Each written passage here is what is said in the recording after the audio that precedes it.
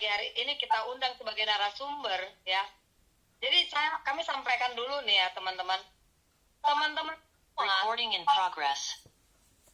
yang sudah menjadi peserta di sahabat grup ini, kalian siap-siap bahwa satu saat kalian akan kami undang naik menjadi narasumber di acara Zoom kita setiap pagi.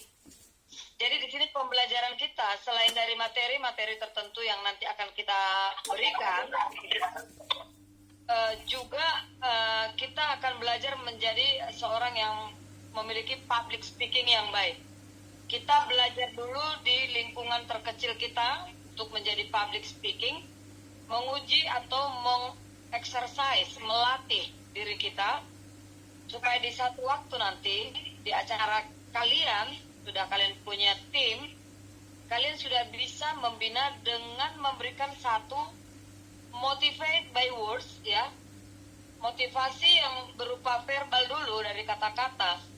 Jadi kita memulai memberikan panggung-panggung ini untuk semua teman-teman ya, siapapun. Jadi kami juga sampaikan buat teman-teman yang sudah terdaftar sebagai peserta di sahabat ini, jika kalian menjadi seorang peserta yang pasif, kami akan lihat 2-3 bulan Anda tidak pernah bergerak, tidak pernah tegur sapa, tidak pernah komen atau apa, maka dengan sangat berat hati kami akan meremove langsung.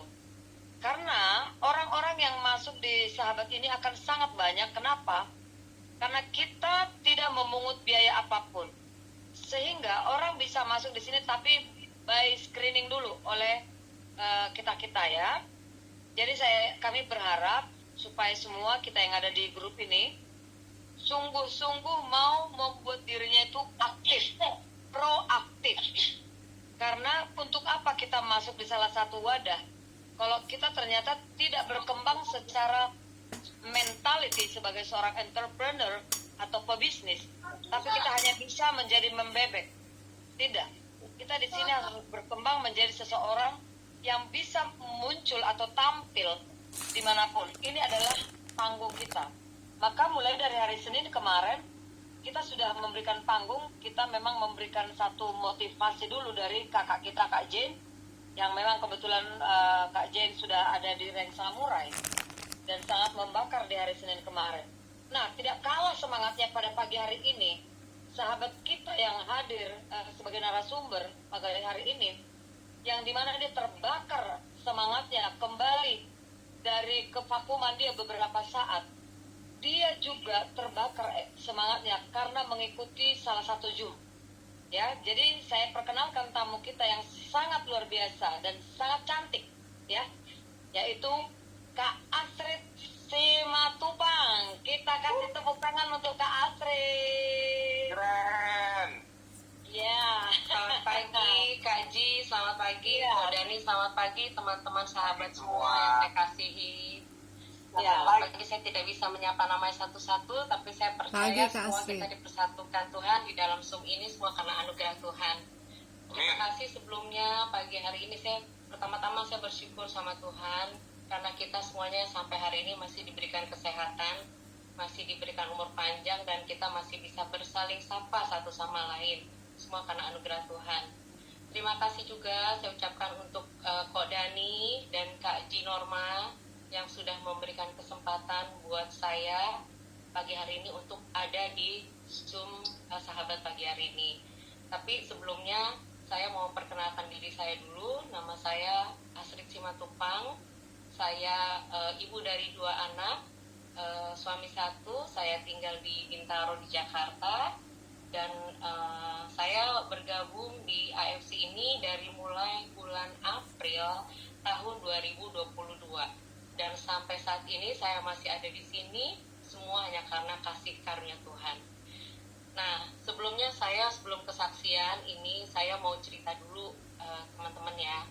Kalau kemarin saya dengar kesaksiannya dari Kak Jane, itu luar biasa. Dan saya percaya pasti itu menjadi inspirasi buat teman-teman semua, menjadi satu pengharapan besar buat teman-teman semua. Begitu juga dengan saya. Nah, sebaliknya saya juga sebenarnya agak ciut nih kemarin dengar ceritanya Kak Jin. Kak Jin udah seorang samurai yang diundang sama Kak Dani dan Kak Ji untuk menjadi pembicara di sini. Sementara saya ini belum apa-apa di AFC.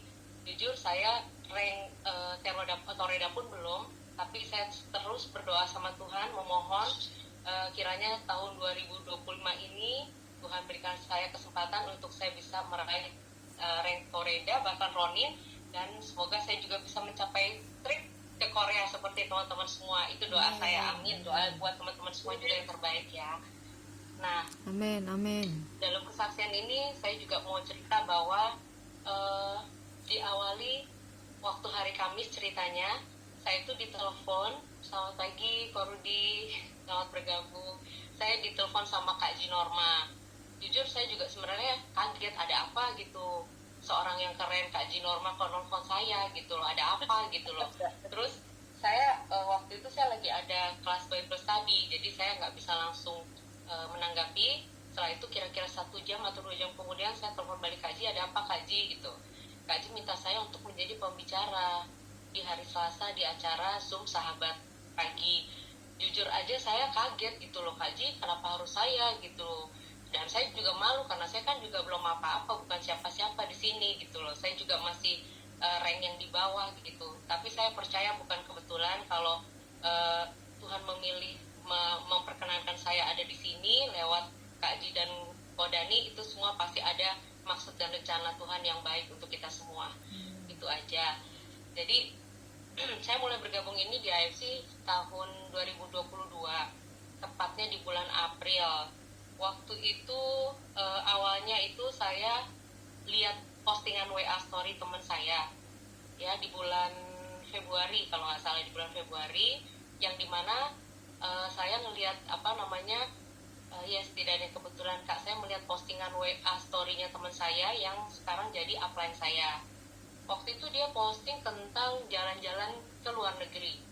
Nah, jalan-jalan ke luar negeri pertama, kedua, ketiga saya masih abaikan postingan itu. Terus setelah beberapa kali dia posting, saya mulai kepo, pengen tanya-tanya apa sih gitu ya. Nah, kebetulan saat itu juga saya itu dalam kondisi yang habis kena COVID. Waktu itu saya COVID yang Omicron. Nah, sempat kena COVID, saya mengalami satu penyakit long COVID. Jadi saya waktu itu sempat kena gejala autoimun. Tangan sebelah kanan saya itu tidak bisa bergerak, itu seperti dari mulai jari-jari sampai ke bahu ini, jadi seperti darahnya nggak jalan, kayak kaku. Bahkan untuk ngangkat gelas pun saya tuh nggak bisa waktu itu. Padahal saya masih aktif kerja, dan saya juga ibu rumah tangga yang apa-apa ngerjain sendiri tanpa IRT gitu. Nah, terus saat itu saya juga udah ngerasa, waduh down nih, kok nggak bisa ngerakin tangan gitu ya. Nah, saya ceklah ke salah satu rumah sakit swasta, dan dokter bilang suruh ambil darah. Ceklah waktu itu kalau nggak salah ada 28 atau 30 titik darah yang dicek, ternyata dapat kesimpulan gejala autoimun, tapi diobati dengan beberapa obat. Nah, di saat yang bersamaan juga di bulan Januari itu, waktu itu kan lagi COVID ya, udah mulai COVID. Nah, saya kerja di perusahaan properti, salah satu properti apartemen di daerah Pancoran. Nah, pada saat itu setelah saya habis pulang liburan, tiba-tiba saya dapat surat lewat WA dari atasan saya, surat cinta, yaitu pemutusan hubungan kerja. Saya kaget, kenapa kok tiba-tiba saya yang udah bertahun-tahun ikut sama beliau kok di PHK tanpa alasan yang pasti gitu. Dan beliau juga mem-PHK-kan saya lewat WA, kenapa nggak lewat surat resmi gitu loh. Saya kaget juga, dan saya benar-benar waktu itu terpuruk banget, terpukul gitu. Ternyata alasannya karena memang perusahaan sudah tidak bisa mempekerjakan marketing dan sales di situ karena memang faktor COVID. Nggak ada juga waktu itu pembelinya untuk apartemen kan. Satu-satu dikikis sampai akhirnya saya kena PHK. Nah, singkat cerita, karena saya juga penasaran, saat itu keadaan saya terpuruk banget, saya mulai lihat-lihat dan saya mulai hubungin teman saya yang kirim-kirim di WA story-nya. Saya tanya-tanya gitu kan. Jujur pada saat dia menceritakan, saya tuh waktu itu nggak interest karena apa? maaf gitu ya, karena saya ternyata pas diceritakan ini adalah perpikiran saya waktu itu, oh ini perusahaan MLM. Saya juga waktu itu pernah mengalami ketidakenakan.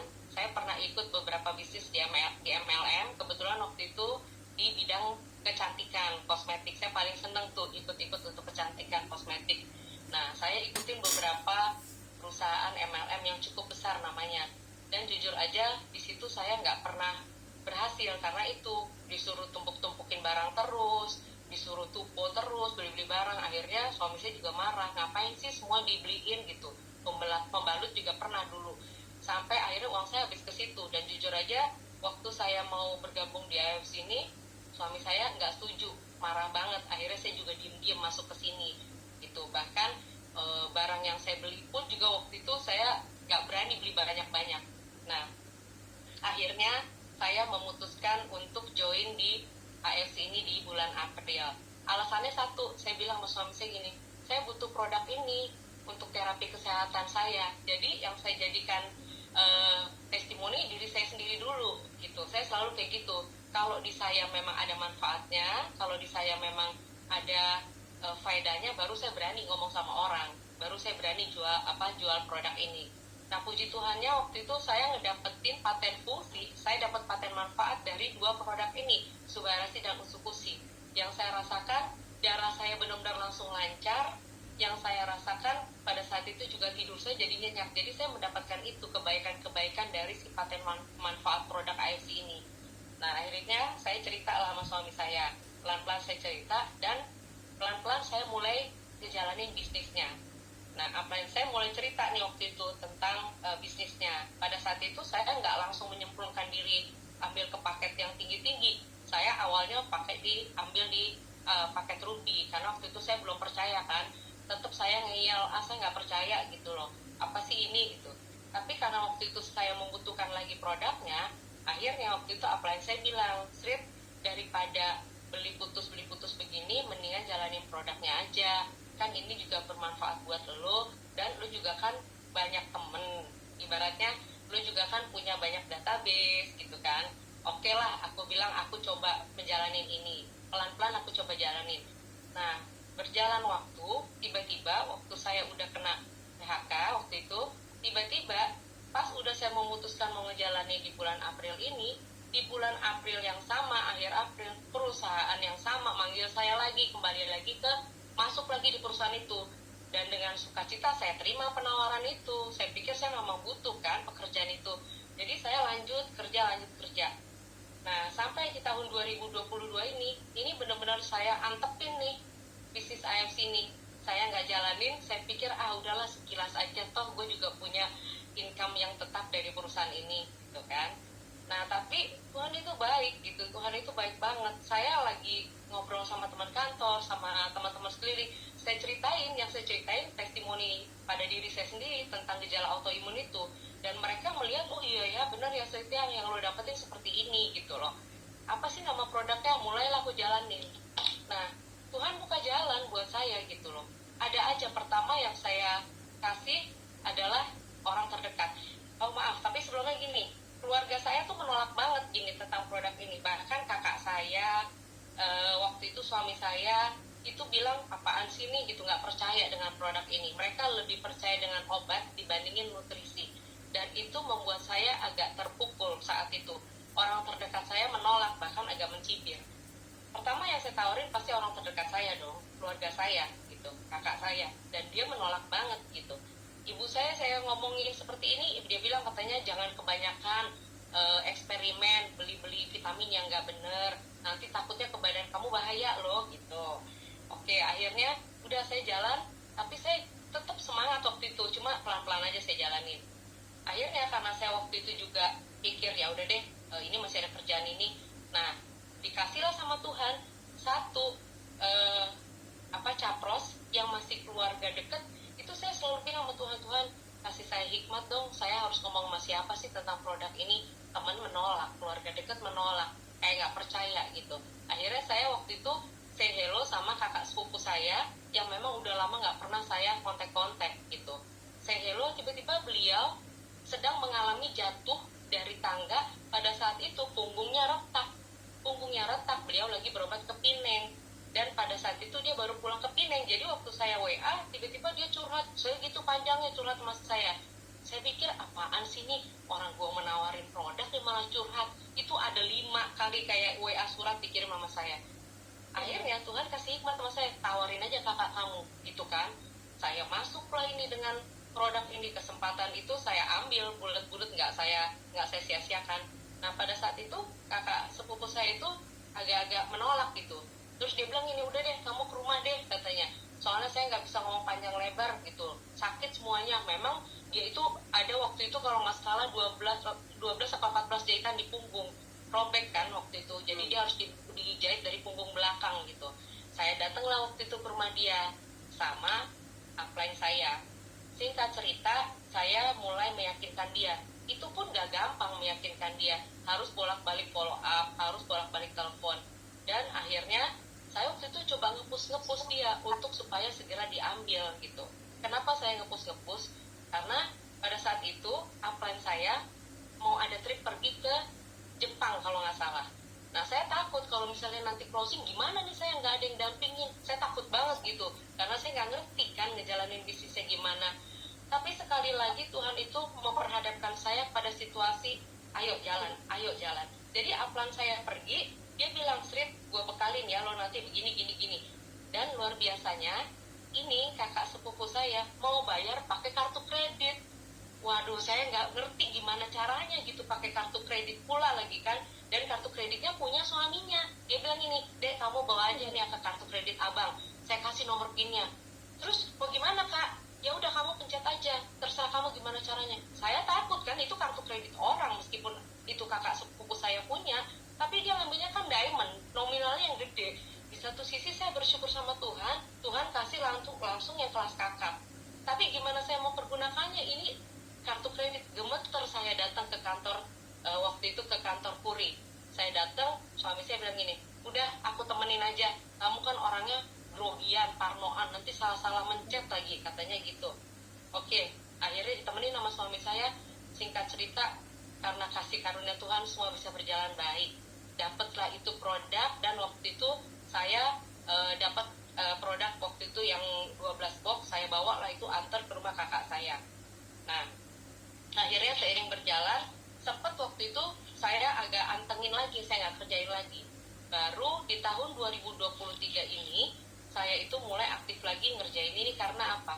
Karena saya pikirnya gini, pada saat saya lemah, pada saat saya nggak punya nggak punya semangat untuk jalanin ini, Tuhan itu selalu kasih tanda sama saya. Ada aja orang yang Tuhan kirimin gitu. Jadi kalau saya udah lagi nggak mau ngerjain gitu, saya cuma minta sama Tuhan gini, Tuhan, saya tuh pengen ngerjain ini, tapi saya bingung gitu loh, siapa yang mau saya tawarin, semua pada menolak saya.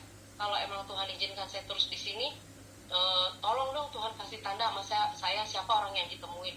Selalu Tuhan kasih tanda sama saya gitu, orang yang mau ditemuin. Nah tapi orang yang saya mau temuin itu rata-rata itu memang user, pemakai aja. Mereka itu semua menolak menjalani bisnisnya. Nah disinilah titik masalahnya, karena mereka semuanya, ada beberapa yang udah jadi member saya, downline saya, yang janji, oke Srit, kita sama-sama jalanin ini ya, gue dukung ya. Wah semangat saya terkumpul tuh, bener-bener semangat saya terkumpul, berapi-api saya mau jalanin. Sampai saya akhirnya, upline saya bilang, lu bikin grup kecil aja Srit, member lu udah banyak, downline lu udah banyak, pasti gue yakin ini mau ngejalanin bisnisnya. Kan dia udah janji sama lu, sama kita mau jalanin bisnisnya. Jalanlah kami bersama-sama.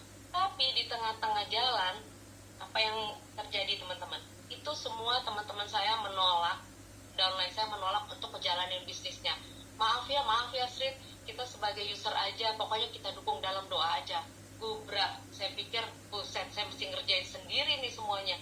Akhirnya aku ngerjain sendiri semuanya. Disitulah titik terendah saya, yang saya kayaknya mau berserah aja sama Tuhan. Udah deh Tuhan, saya nyerah aja deh, saya nggak bisa ngejalanin ini. Nah, saat itu saya dimasukin lah sama upline saya ke grup rank.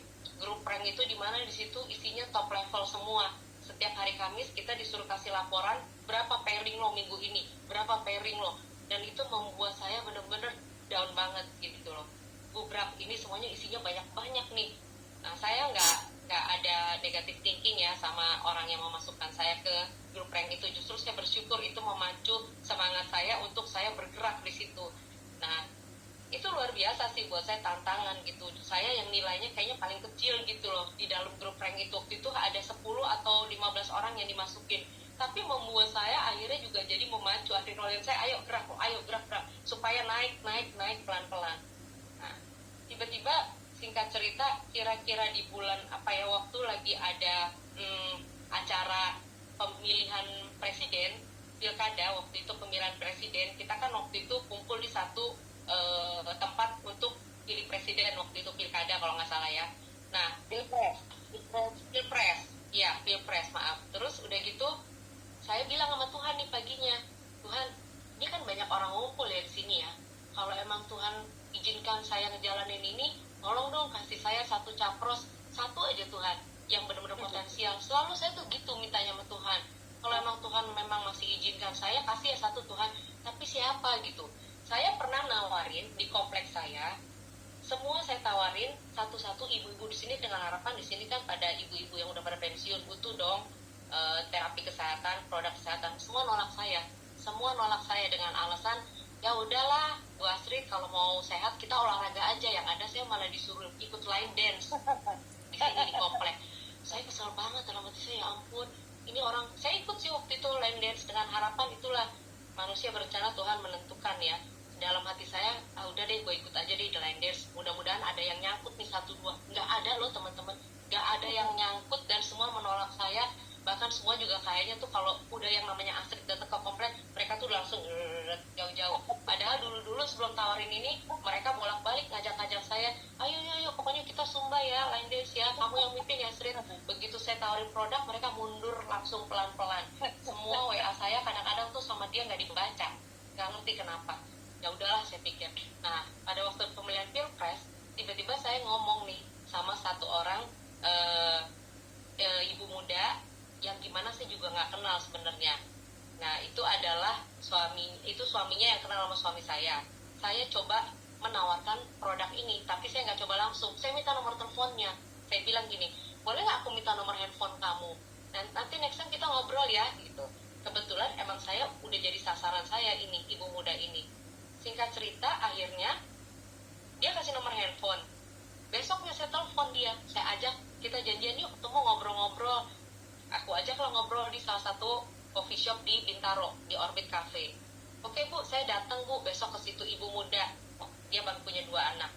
Saya mulai cerita tentang pengalaman saya, pekerjaan saya, latar belakang saya. Dan akhirnya Tuhan menggerakkan hati si ibu muda ini. Menurut beliau, dia bisa closing sama saya karena bicaranya heart to heart. Sampai beliau itu bilang saya tuh mamah, manggil saya tuh mamah gitu. Nah, proses berjalan, waktu itu saya mulai deh presentasi, mulai deh memperkenalkan produk ini ke dia. Yang saya tahu juga sebenarnya dia ini orang yang punya, nggak tahu butuh duit butuh produk apa enggak, tapi saya berharap dia bisa menjalani bisnis ini. Dan doa saya dijawab Tuhan. Saat itu dia join di saya. Memang beberapa downline saya itu yang join, itu banyak yang langsung masuk Diamond gitu. Nah, saya bersyukurnya itu gitu. Dia langsung join di Diamond.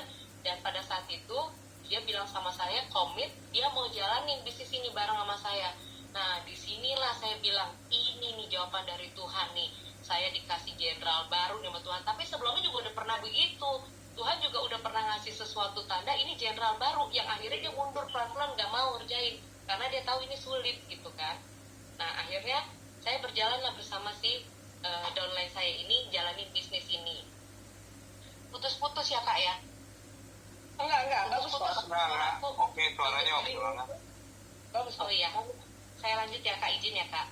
Silakan. Terus akhirnya si downline saya ini jalanlah sama saya. Nah, entah kenapa seiring perjalanan ada hal yang membuat downline saya ini kayaknya mulai mundur pelan-pelan.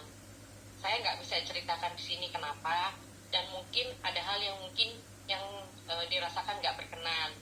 Jujur bukan dari saya, tapi adalah gitu ya. Akhirnya pada saat itu dia nggak mau aktif lama gitu loh. Saya bertanya sama dia gitu, kenapa? Cuma dia belum bisa cerita. Cuma saya percaya gitu, karena teman saya ini, downline saya ini masuk, dia mau join sama saya karena dia memang merasa saya ngobrol sama dia dari hati ke hati. Nah, saya tanya sama Tuhan, gimana ya Tuhan saya caranya untuk ngobrol sama dia, saya nggak mau dia lepas gitu loh. Nah, saya nggak mau dia lepas, saya pikir ini kan udah menjadi tanggung jawab saya juga, saya yang bawa dia ke sini, saya juga harus berusaha tanya ada apa dengan kamu. Nah, akhirnya singkat cerita aku mulai bujuk dia lagi, dan pada saat itu juga akhirnya beliau mau untuk jalanin lagi, cuma kondisi beliau lagi pregnant, memang lagi pregnant. Jadi saya mengerti banget bahwa pasti dia juga nggak bisa ngejalanin sesemangat dulu. Tapi saya bersyukurnya apa, omongan saya itu yang saya ucapkan ke dia masih direspon dan masih ditanggepin. Akhirnya kami mulai berjalan lagi lah berdua bersama-sama. Itu saya syukurin banget. Itu semua bukan karena kuat hebatnya saya, tapi karena Tuhan yang memimpin saya untuk bicara sama dia. Padahal meskipun kami berlainan agama loh, tapi itulah karena saling menghargain ya, jadi dapat chemistry itu antara saya dan downline saya ini. Nah, akhirnya udah saya bilang sama Tuhan, ya udah deh Tuhan, terserah Tuhan mau bawa kemana, jalan pelan-pelan nggak apa-apa deh gitu. Nah, ini adalah satu klimaks atau titik balik saya. Nah, pada bulan Maret 2024, awalnya sekitar tanggal 10 Maret, ibu saya kena serangan jantung. Dan beliau waktu itu kita coba cek ke Rumah Sakit Jantung Jakarta. Nah, ibu saya ini punya penyakit GERD yang sudah akut, dan dia juga ada pengentalan darah, beliau juga ada asma, jadi cukup komplikasi.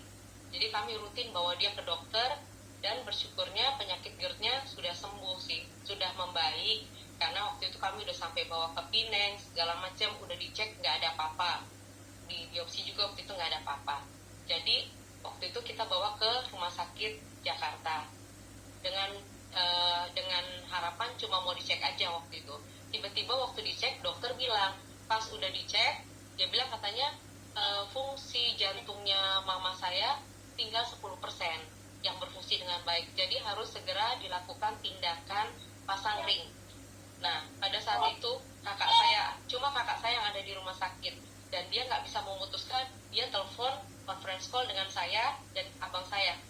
Kami bertiga, saya anak paling bungsu, nomor 1 laki-laki, nomor 2 perempuan, nomor 3 saya. Nah, akhirnya kita conference call, gimana nih kalau misalnya dokter suruh ambil tindakan pasang ring, setuju nggak? Dengan usia 79 tahun, jujur aja kami sebenarnya nggak setuju, karena itu riskan, dan mama kami belum pernah ada tindakan operasi, apalagi operasi pasang ring. Dan kalau dibilangin ke mama pun dia pasti menolak keras, karena dia takut untuk dioperasi. Akhirnya karena waktu itu kita bilang sepakat, gak usah deh dok, lebih baik kami bawa pulang aja ke rumah. Tapi dokter waktu itu menyatakan seperti ini, kalau saya dibawa pulang ke rumah, terus terjadi apa-apa di rumah, saya nggak tanggung jawab ya, jangan salahkan rumah sakit dan jangan salahkan dokter, katanya beliau. Jadi akhirnya waktu itu saya putuskan, oke, kita sepakat ya pasang ring. Terjadilah pasang ring. Waktu setelah pasang ring, kita kan nggak boleh masuk ke ruang operasi, nggak ada yang nungguin. Kita nggak boleh masuk ke ruang ICU. Dibawalah mama saya ke ruang ICU. Setelah itu, ibu saya minta ke toilet sama suster. Ini saya ceritakan apa adanya ya di atas iya. Minta ke toilet, tapi waktu itu karena pasiennya terlalu banyak di dalam ruang ICU, suster bilang gini ke ibu saya, Bu, saya lagi nggak bisa nganterin ibu karena banyak pasien yang membutuhkan. Ibu jalan sendiri deh ke toilet. Jalanlah ibu saya turun ke toilet. Abis dari operasi itu ditaruh di dalam tempat tidur, jalan ke toilet. Kita orang awam nggak ngerti kalau misalnya abis ada tindakan operasi tidak boleh turun dari tempat tidur berapa jam. Ibu saya turunlah ke toilet. Setelah dari toilet, kira-kira nggak sampai sejam kemudian kakinya sakit seakan-akan kaki kanannya itu kayak berat, nggak bisa diangkat. Disinilah awal muawalnya. Nah, dia bilang sama suster, ini kenapa kok kaki saya nggak bisa digerakin? Nah, kebetulan ibu saya ini adalah seorang ibu rumah tangga, single parent, yang sudah ditinggal meninggal ayah saya 33 tahun, ya. Dan ayah saya itu, kalau saya boleh cerita sedikit kronologisnya, meninggalnya kena serangan jantung di rumah. Jadi kami sekeluarga, saya dan kakak saya punya traumatis banget. Saya nggak lihat ayah saya waktu meninggal aja, saya nggak lihat. tiba-tiba udah dibawa ke rumah sakit, pulang ke rumah udah jenazah. Dan itu membuat saya trauma sampai hari ini. Saya tiap kali dengar ambulans sampai hari ini trauma. Yang saya pikir apa? Itu papa saya kali di dalam ambulans. Karena saya nggak ngeliat waktu ayah saya kena serangan jantung di rumah, itu papa saya bilang ke kakak saya, jangan dibangunin adik, karena saya anak paling bungsu, jangan dibangunin biar tidur. Saya tidur, pagi-pagi saya dengar ada kasak kusuk, tiba-tiba ambulans datang, udah jenazah. Dan itu membuat saya terpukul banget sampai hari ini. Saya marah sama Tuhan karena saya bilangnya gini, saya waktu itu 17 tahun. Saya bilang, Tuhan, kenapa ayah saya yang diambil? Dia orang biasa kok, orang baik, orang yang ibaratnya ini pemikiran anak masih waktu itu masih itu ya remaja gitu, masih SMA. Kok ayah saya sih yang diambil, kenapa nggak ayahnya orang lain aja tuh Tuhan yang lebih jahat-jahat gitu, pemikiran saya waktu itu. Jadi saya waktu itu sempat terpukul, nggak mau sekolah, nggak mau ke gereja. Begitu juga ibu saya. Jadi karena ada traumatis itu, makanya saya sama kakak saya bertiga ngambil keputusan, udah deh cepet-cepet pasang ring aja, daripada nanti terjadi kayak papa. Mendadak dipanggil Tuhan, kita menyesalnya 2 kali. Ya, akhirnya setelah habis operasi itu, kakinya ibu saya sebelah kanan nggak bisa digerakin. Dibawalah ke ruang kamar untuk dilanjutkan pemeriksaan. Nah, singkat cerita, di hari kedua, di hari ketiga, sampai di hari kelima, tetap dokter menjalankan pemeriksaan itu dan disuruh pulang ke rumah. Begitu pulang ke rumah, itu ibu saya benar-benar gak bisa turun dari tempat tidur, bahkan gak bisa bergerak ke kiri ke kanan. Kita popong dari tempat tidur mau menuju ke kursi roda. Dibelilah semua tuh, ada kursi roda, ada tongkat, yang gak ada persiapan sama sekali gitu. Dan kita waktu itu buru-buru telepon ke yayasan untuk cari suster. Gak pernah ada di bayangan saya dan di bayangan kakak saya saat itu mama saya harus terbaring di tempat tidur dan harus taruh di kursi roda. Saya mohon maaf sebelum teman-teman, bahkan untuk buang air pun dia harus di kursi roda, ngapa-ngapain harus di tempat tidur. Akhirnya kami bawalah ibu kami waktu itu ke rumah sakit, salah satu rumah sakit besar swasta di Jakarta. Sempatlah waktu itu dirawat 14 hari. Dan 14 hari itu diperiksa oleh dokter spesialis tulang yang cukup ternama di rumah sakit swasta di Jakarta Selatan. Nah, akhirnya tidak ada perbaikan sama sekali. Yang ada semua masuk di selang, semua masuk di sini nih. Semua masuklah alat-alat ke dalam tubuhnya. Saya ngeliat dia menderita banget dengan umur 79 tahun. Dia tuh benar-benar kayak nggak ada semangat hidup, nggak berdaya. Karena dia pikir apa? Saya yang biasanya kemana-mana bisa jalan sendiri, dan beliau juga aktif di gereja pelayanan. Dia tuh pergi kemana-mana sendiri ke gereja, naik bajai, kadang naik taksi, kadang kami jemput lewat supir Grab dijemput, sampai akhirnya harus terbaring di rumah sakit.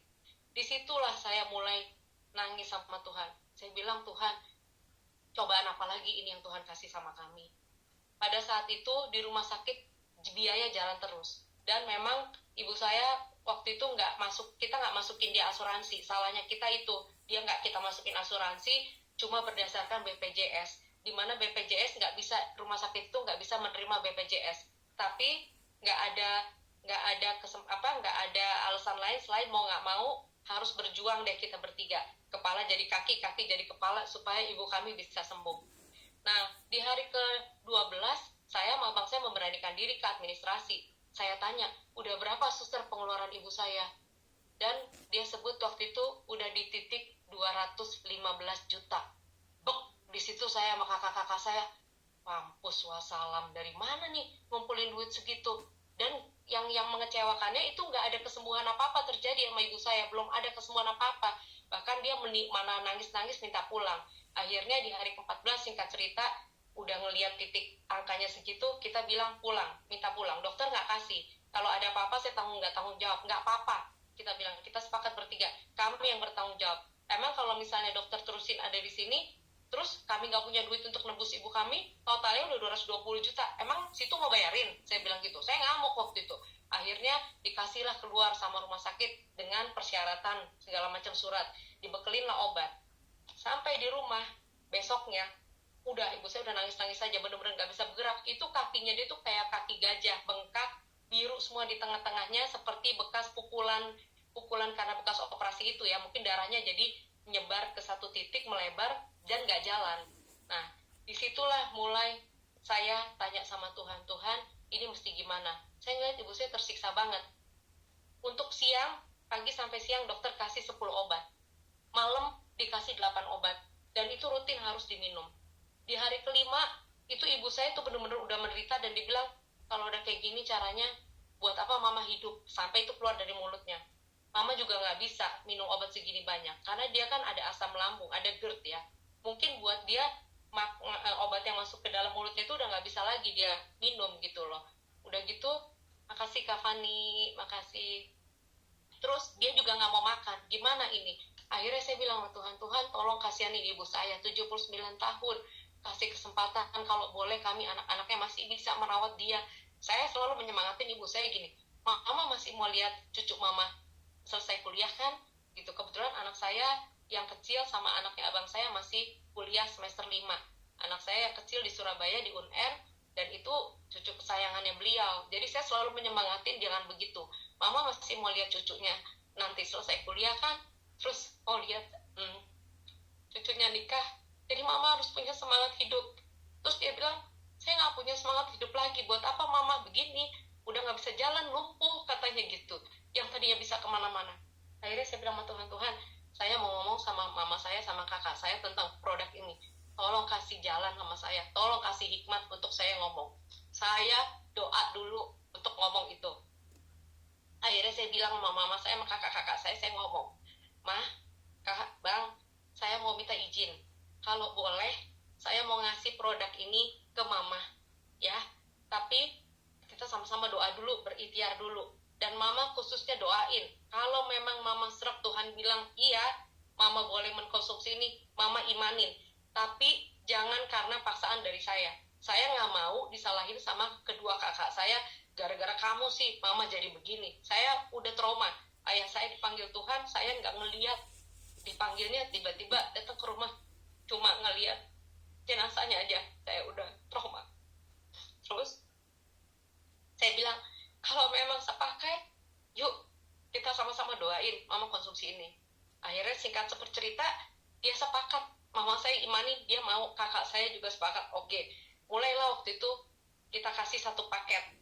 Saya bilang, Mah, kalau bisa, ini karena mama sakitnya lumayan agak berat dan mama mau agak cepat ada pemulihan, konsumsi 3 aja Mah, Suba 3, Utsu 3, pagi Utsu dulu. Tapi karena mama saya ada GERD, ada asam lambung, saya sarankan dia apa dulu masuk asupan makanan sedikit kayak roti atau pisang atau apa, yang penting dialesin dulu ususnya. Terus waktu itu mama bilang, iya udah 3 ya katanya. Tapi akhirnya di hari keberapa dia bilang 2 aja boleh nggak nak? Boleh, saya bilang. Terus saya takut banget di hari itu, apa yang terjadi sama tubuh mama saya ya.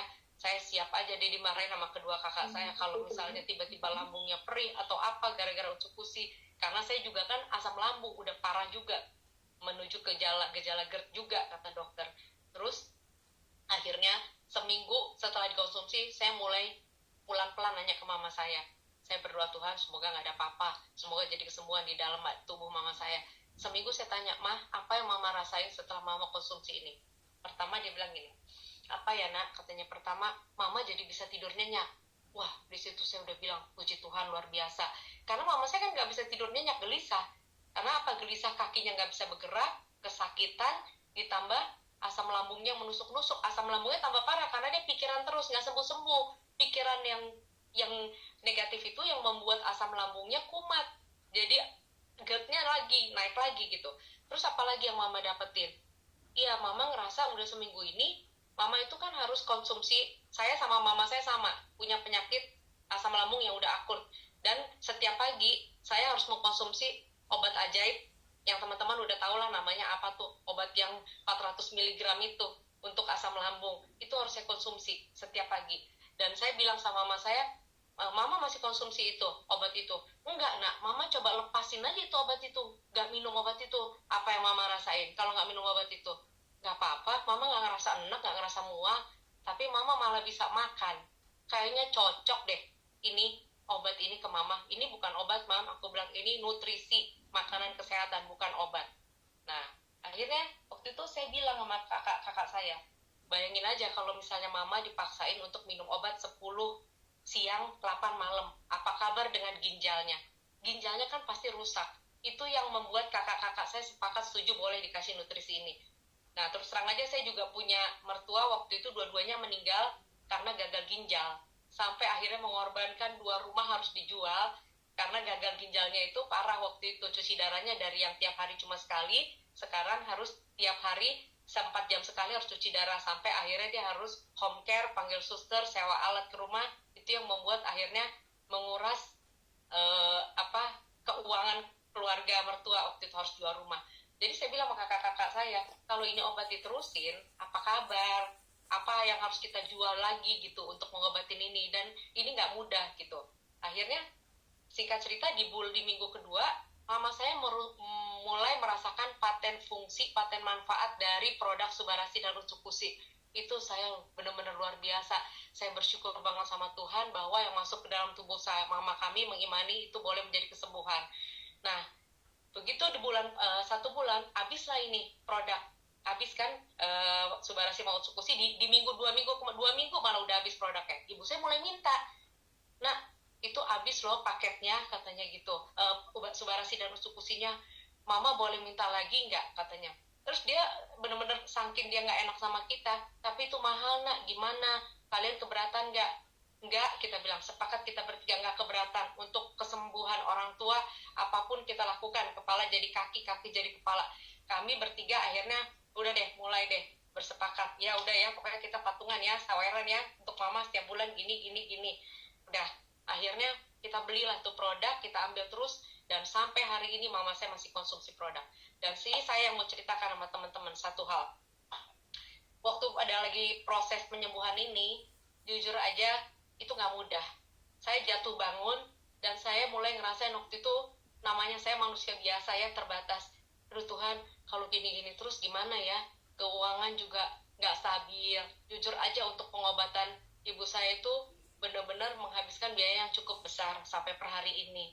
Nah, satu titik waktu itu saya dengar Zoom LOP hari Senin, waktu itu LOP nasional, yang kebetulan waktu itu pembicaranya adalah Ko Esra dan Kak Ji Norma. Ini bukan kebetulan. Tadinya saya males ngedengerin itu karena saya ngebayangin terus ibu saya masih dalam keadaan proses kesembuhan.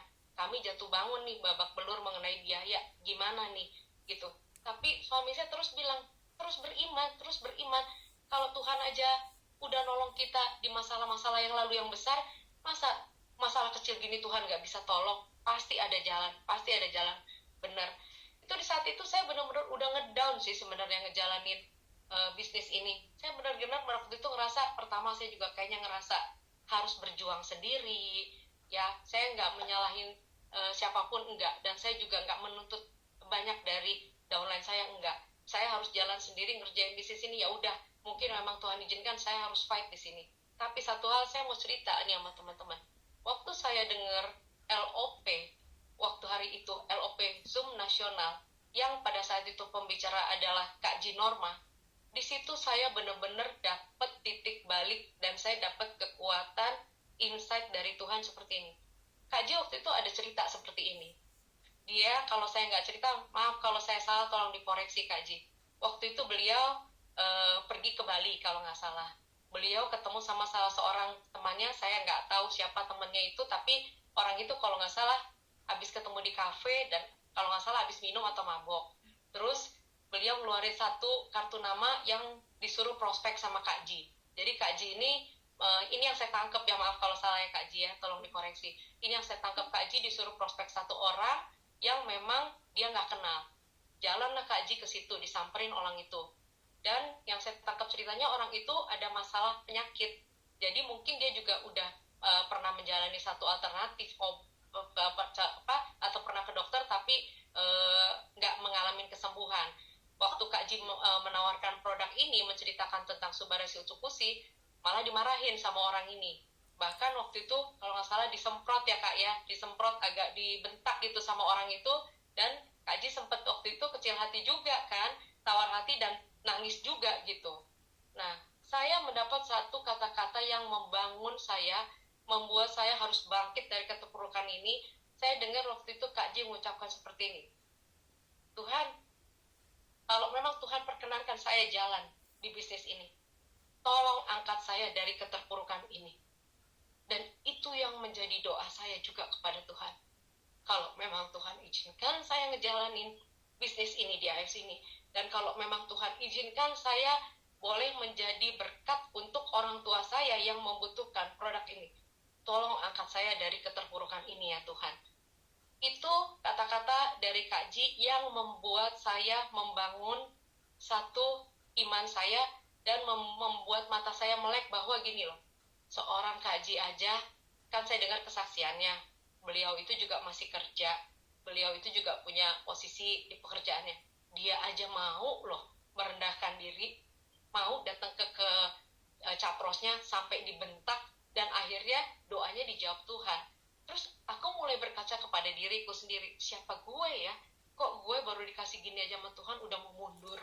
Kok gue baru dikasih gini aja udah ngerasa kayaknya, udahlah Tuhan, saya nggak layak ngejalanin ini. Tapi ini yang membuat saya maju, ini yang membuat titik awal saya untuk bangkit kembali. Jadi waktu itu, bukan kebetulan waktu Kak Ji telepon saya hari Kamis, saya ngomong sama Kak Ji, maaf ya, Kak Ji jangan GR dulu ya. Saya ngomong waktu itu sama Kak Ji. Jujur loh, Kak Ji ini memotivasi saya loh, membuat saya harus bangkit dan harus bangun kembali menjalani bisnis AFC ini. Karena satu hal, Kak Ji punya capros itu yang menjadi sekarang, mungkin itu yang menjadi target member terbesar Kak Ji, salah satunya itu yang membuat Kak Ji juga sampai sekarang saya percaya pasti jadi semangat kan, karena dia itu bukan cuma kita mengharapkan dari repeat ordernya, tapi kita berharap bahwa lewat kita juga itu boleh menjadi kesembuhan, menjadi berkat buat orang itu doa saya selalu minta sama Tuhan, Tuhan jadikan saya menjadi alatmu untuk orang-orang yang membutuhkan kesembuhan, terapi, kesehatan untuk mereka, jadikan saya Tuhan. Bukan semata-mata saya minta berkat sama Tuhan, enggak. Saya justru selalu dalam doa saya, tolong pakai saya Tuhan, supaya saya bisa menjadi saluran berkat, supaya saya bisa menjadi orang-orang yang membutuhkan terapi, kesehatan, kesembuhan, atau membutuhkan juga memang perbaikan untuk ekonomi keluarga. Tuhan bisa pakai saya gitu. Itu selalu doa saya. Dan saya percaya ada waktunya Tuhan yang akan membawa saya sekarang, ada waktu Tuhan yang akan membawa saya di titik seperti itu. Sama seperti yang dialami oleh Kak Ji dan dialami oleh teman-teman semua yang hebat di sini. Saya ini banyak banget merasa bersyukur banget ada di grup sahabat ini. Saya bersyukur banget karena teman-teman ini banyak memotivasi saya. Ya, saya juga bersyukur saya diperkenalkan dengan teman-teman semua di sini, baik di grup sahabat, juga di grup evolution saya, juga saya bersyukur saya diperkenalkan juga pada leader-leader saya, teman-teman saya yang luar biasa yang ada di sini, mentor-mentor saya yang selalu memberikan motivasi ke saya. Tapi satu hal yang saya mau bilang, kalau saya ada di sini, itu bukan karena kebetulan, tapi pasti Tuhan punya rencana indah buat saya dan buat teman-teman semua. Saya cuma minta dukungan doanya dari teman-teman semua. Ini titik balik awal saya untuk saya berjalan kembali semangat di AFC ini. Dan saya bersyukur waktu itu bukan kebetulan juga Tuhan kasih saya bisa dengar LOP-nya si Kak Ji ini sama waktu itu Ko Esra, yang membuat saya jadi terbakar lagi semangat saya, memacu saya untuk saya kembali semangat gitu. Apalagi waktu saya dengar ada grup sahabat ini, saya dengar dari salah satu sahabat saya nih, ada grup sahabat. Saya sendiri yang minta dimasukin. Jujur waktu itu saya bilang, masukin saya dong, masukin saya. Saya banyak belajar loh dari teman-teman di sini. Gitu. Dulu saya memang ada di grup yang lama. Di grup, boleh sebut nggak sih kok grup lama itu? Ya udah, pokoknya saya ada di grup yang lama. Dan jujur saya sendiri yang minta loh dimasukin di sini. Nggak ada yang ngajak-ngajak. Ini kemauan saya karena saya semata-mata pengen belajar sama kakak-kakak semua yang ada di sini, teman-teman yang hebat yang ada di grup ini. Saya yang minta gitu, karena saya pengen maju. Terutama saya lihat, saya waktu itu ngeliatnya gini, waduh, Dani benar-benar pembicara yang luar biasa nih, saya termotivasi. Waduh, Kak Ji juga waktu itu yang membakar semangat saya, yang tadinya udah sempet ini, benar-benar kesaksian hidupnya Kak Ji itu membuat saya bangun loh, Tuhan seperti ngomong gitu, nyadarin, bangkit loh dari keterpurukan. Lihat teman-teman kamu yang lain tuh, udah pada sukses, udah pada maju. Bahkan kondisinya, mohon maaf, mungkin kondisinya masih banyak yang mungkin lebih punya masalah sendiri-sendiri dibandingin saya. Masalahnya pasti lebih berat-berat, tapi kok bisa maju gitu. Itu yang membuat saya ada di sini sampai hari ini semangat Bahkan kalau saya boleh bersaksi ini biarlah kesaksian saya ini boleh menjadi motivasi buat kita semua, boleh menjadi bahan renungan buat kita semua. Dan bukan cuma mama saya yang terbantu. Dan saya mau bilang bahwa setelah mama saya konsumsi Ubarasi dan Utsukushi ini, apa yang terjadi teman-teman? Masuk ke paket kedua, waktu itu mama saya mulai memberanikan diri. Kita nggak ada, waktu itu saya nggak nginep di rumah, tapi suster saya videoin, dia mulai memberanikan diri, berdiri dari tempat tidur, ngambil tongkatnya dia, tongkat yang jemuran yang kaki 4 itu, dia mulai berdiri, dan dia mulai jalan-jalan ke ruangan di situ. Itu waktu itu suster saya videoin ke saya kaget, yang bener Din, iya Bu, ini si Opung jalan sendiri pakai tongkatnya. Dan bersyukurnya lagi, beriring waktu, sampai hari ini mama saya udah bisa jalan pakai tongkat 1, dan dia udah bisa pergi ke gereja berdua sama susternya tanpa harus pakai kursi roda dan tanpa harus ada kami. Itu semua karena kasih karunia Tuhan, dan melalui produk ini menjadi satu perbaikan di dalam tubuh mama kami. Saya bersyukur banget gitu. Jadi mama saya itu mendapatkan paten manfaat, nggak sia-sia. Apa yang saya kerjakan ini, Tuhan itu benar-benar bekerja sepenuhnya, dan ikhtiar mama kami itu didengar Tuhan. Dan kedua, satu hal lagi yang saya mau jadikan kesaksian, kakak saya tuh punya penyakit hipertiroid. Hipertiroidnya itu sebenarnya udah dari tahun dan 2 tahun yang lalu, tapi hipertiroidnya itu diabaikan sama dia hanya cek ke dokter biasa.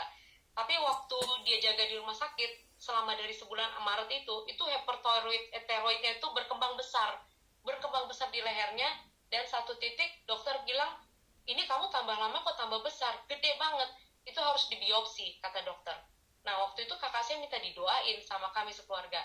Ini mungkin faktornya, katanya dokter, faktor pemicunya dia membesar karena stres.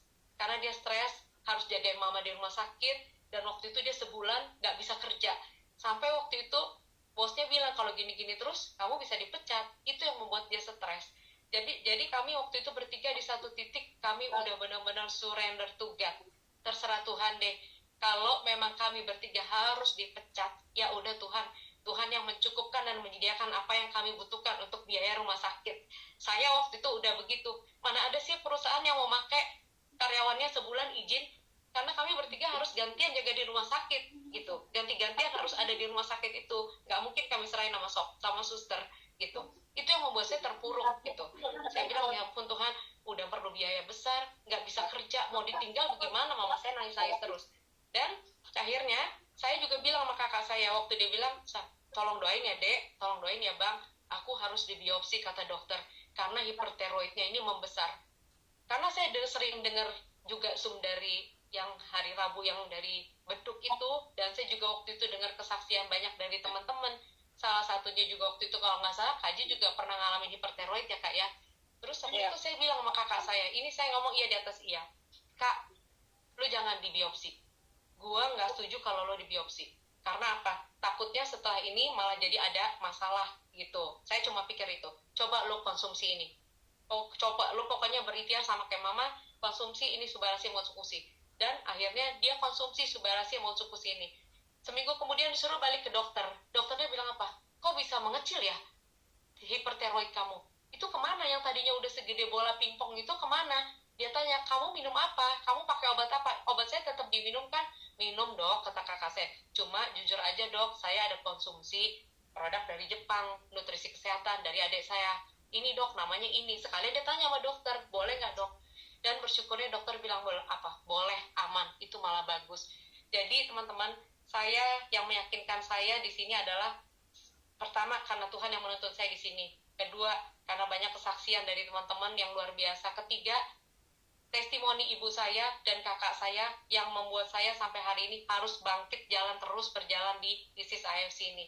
Jadi memang saya merasakan banget 2 orang keluarga saya itu mendapatkan benar-benar manfaat perbaikan kesehatan dari produk Subarashi Motsukushi ini. Saya berterima kasih juga buat AFC, ini produk luar biasa, ini perpanjangan tangan Tuhan buat semua kita yang membutuhkan kesembuhan. Dan saya cuma minta di sini bahwa sama-sama kita saling mendukung satu sama lain.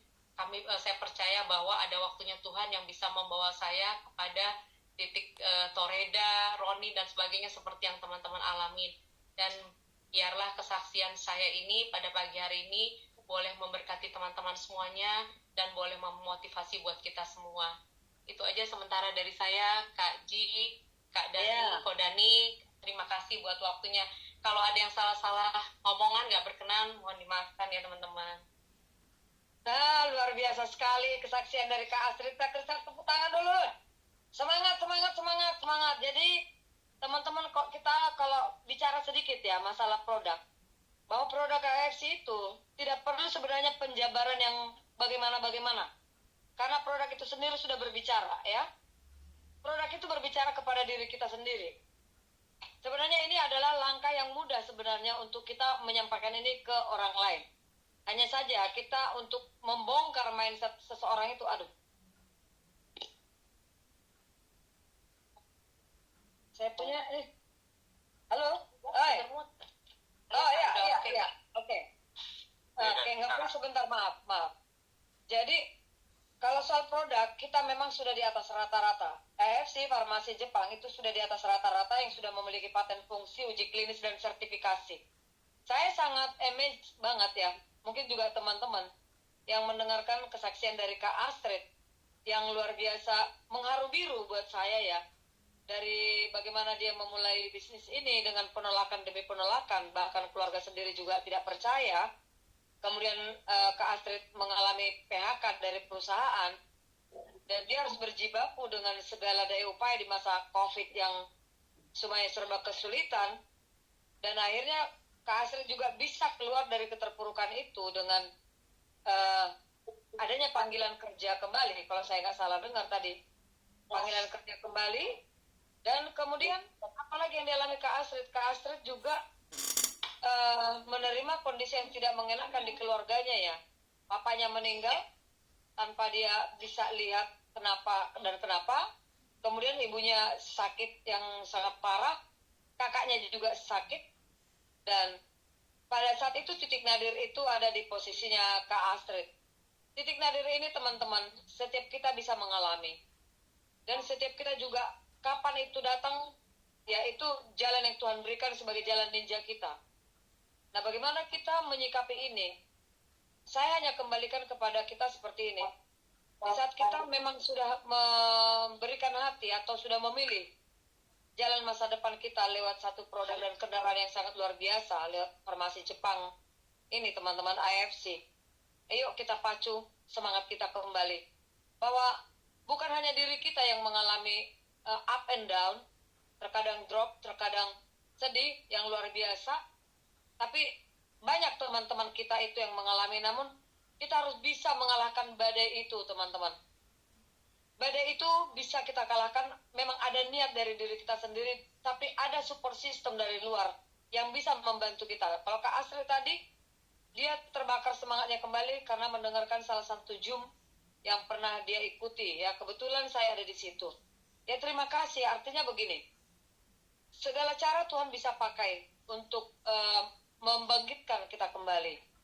Kalau hal itu sudah pernah kita alami, percayalah teman-teman, maka mujizat-mujizat yang lain Tuhan akan kerjakan dalam kehidupan kita.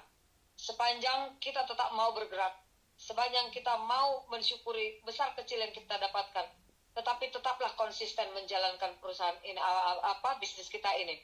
Karena dengan cara itulah Tuhan bisa melihat kita bahwa kita benar-benar fokus dan mencintai pekerjaan kita.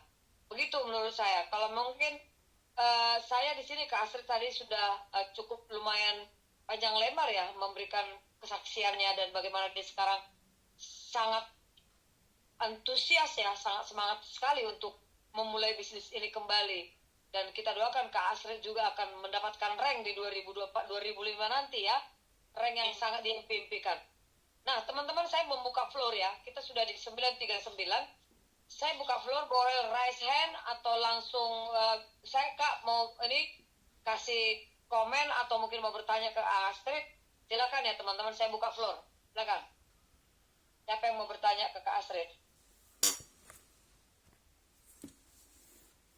Boleh loh teman-teman, kakak-kakak, abang di sini Ya, kalau ada yang kita mau saling ditanya. belajar di sini, saling belajar di sini. Jadi dengan kondisi seperti ini, Kak Astrid yang belum pernah ada panggung, dan di Sahabat Dia Ada Panggung sekarang, dan ini akan membakar semangat dia. Ditambah lagi mungkin ada pertanyaan yang bisa kalian kasih ke Kak Astrid yang bikin dia langsung apa ya jawabannya. Tapi percaya begitu kita memulai berani, itu akan mengalir. Coba deh, siapa nih yang berani kasih pertanyaan agak kritis nih Kak Astrid? Kaji, Ya Kak. mau nanya bukan ke Kak Astrid, ke semua. Yes. Apabila tidak ada dukungan dari siapapun yang saat ini berada di antara kita, apakah teman-teman masih akan punya semangat untuk menjalankan bisnis ini? Open mic semuanya. Atau komen aja. Siapa yang berani tetap Kodoni. Ini kan ibaratnya impian kita, masa depan kita sendiri. Kalaupun kita tidak disupport oleh keluarga kita, Kodoni, kita tetap fokus ke diri kita sendiri. Ini kan bisnis kita sendiri. Siapa lagi selain KI yang sama jawabannya? Saya kok. Ada orang sama Tetap kok. sekali yang mendorong kita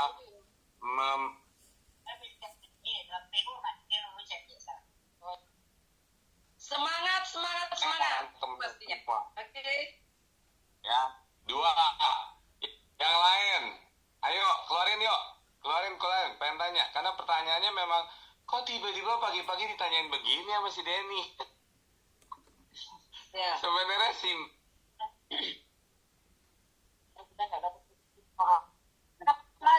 ada pertanyaan ini. Kalau tidak Yes. ada. Kalau masih ada jawaban yang ragu dari pertanyaan saya barusan, kita barusan dengerin Kak Astrid ya, up and down, dan sekarang up terus. Satu hal yang kita bisa tarik sebuah statement ke diri kita sendiri. Seorang Kak Astrid, ini adalah pencerminan dari seorang Pak Niko dan Pak Ernest, bener gak sih? Ada yang pernah lihat fotonya Pak Ernest dan Pak Niko nggak? Yang waktu Pak Niko bawa satu dus Ada. Buat kardus nih, Pak. barang, Buat kardus. pakai celana pendek, ya. Ada. Coba teman-teman bayangin saat itu Pak Niko punya siapa? Nggak ada siapa-siapa. Pak Niko nggak punya siapa-siapa loh. Pak Niko hanya punya impiannya dan punya Tuhan dan punya keluarganya. Iya, betul. Dan saya yakin suatu hari kita semua akan dalam kondisi yang memang tidak ada dukungan. Tapi ingat bahwa perjalanan ini adalah perjalanan maraton. Yang kita nggak boleh terlalu gembira kalau ada orang yang menyatakan mau ikut. Kita nggak boleh terlalu sedih pada saat orang meninggalkan. Setuju ya teman-teman ya? Jadi tadi saya tersentuh ngelihat apa yang diperjuangkan oleh Kak Astrid. Kenapa? Karena hampir tadi Kak Astrid tidak ada siapa-siapa. Ingat gak waktu Kak Astrid mau ngomong ke mamanya, mau ngomong ke keluarganya mengenai ini saya mau maju nih supaya produk ini di approve untuk mama pakai. Benar ya Kak Astrid ya? Ya, benar kok. Ya, nggak ada dukungan sama sekali, tapi ada satu perjuangan yang luar biasa dari seorang Kak Astrid untuk maju, menyerang, dan benar-benar mempertahankan prinsip itu. Karena apa? Tujuannya untuk nyelamatin mamanya. Nah sama teman-teman, pagi ini saya cuma mau bilang ke teman-teman, janganlah kurang motivasi dalam melakukan maraton kita ini. Kita maraton loh. Ada yang selesai setahun, ada yang selesai 2 tahun, ada yang selesai 5 tahun, tapi ini worth it banget. Saya pakai satu ilmunya dari Pak Niko, bahwa tidak ada lagi yang mempengaruhi saya untuk terlalu gembira atau terlalu sedih. Tetapi saya fokus terus sama titik tujuan akhir saya. Saya harapkan teman-teman juga fokus dan melihat apa yang tadi sudah di-share sama Kak Astrid.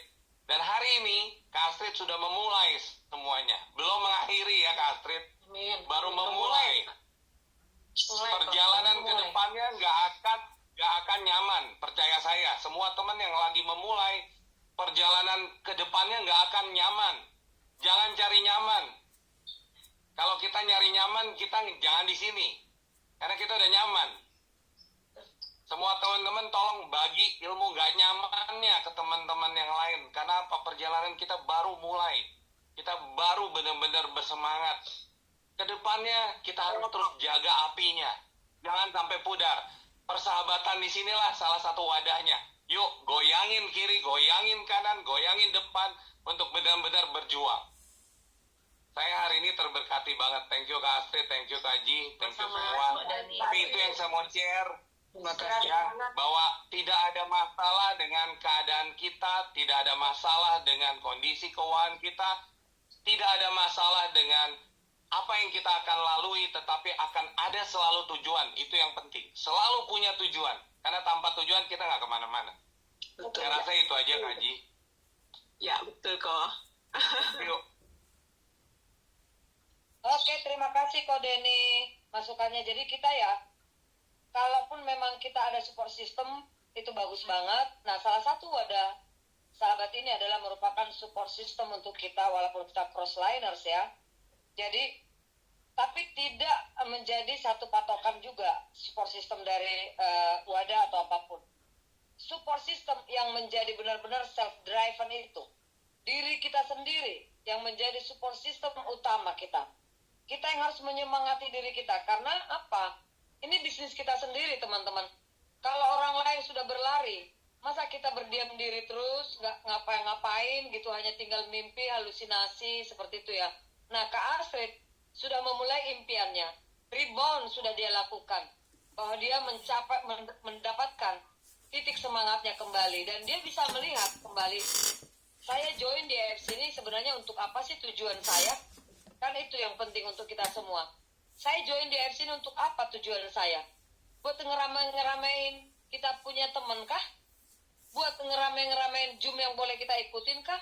Atau memang kita mempunyai impian di satu saat kita akan menjadi seseorang, bahwa masa depan kita bisa berubah jauh lebih baik. Karena bukan lagi gigit jari, bukan lagi isapan jempol, bahwa di AFC seseorang yang tidak memiliki apa-apa datang dari minus, super minus, sekarang bisa berpenghasilan ratusan bahkan miliaran per bulan.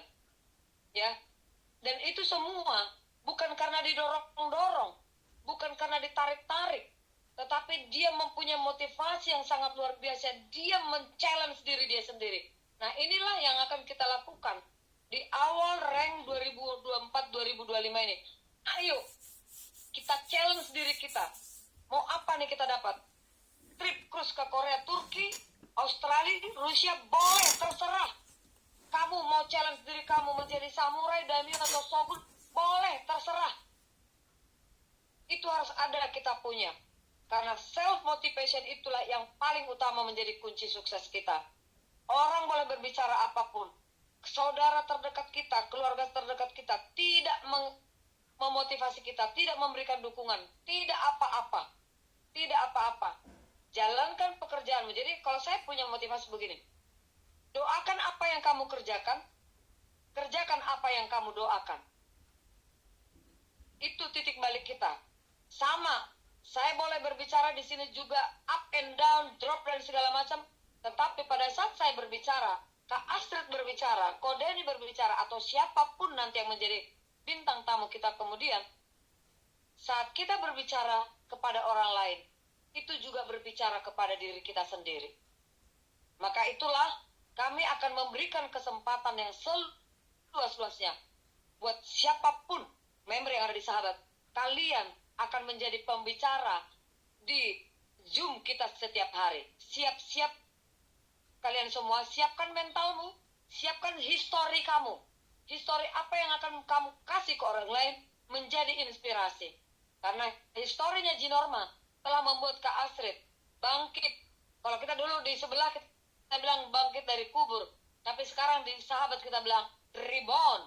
Ya, saya menemukan semangat saya kembali. Itu mungkin ya teman-teman. Atau mungkin teman-teman masih ada yang bisa menambah, silakan 1-2 orang saya kasih kesempatan. Oke, siapa nih? Open mic aja. Raise hand. Ada? Tidak ada yang mau bertanya? Kalian sudah pintar-pintar semua teman-temanku, sahabat-sahabatku? Masih belajar. Kak Rizky mau nanya tuh Kak Ji. Kak Rizky, silakan Kak Rizky. Oke, silakan Kak Rizky.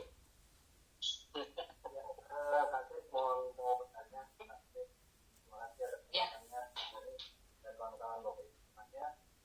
Tadi inspirasional sekali bercerita dari dalam hal ini Kurang jelas ya, Kak?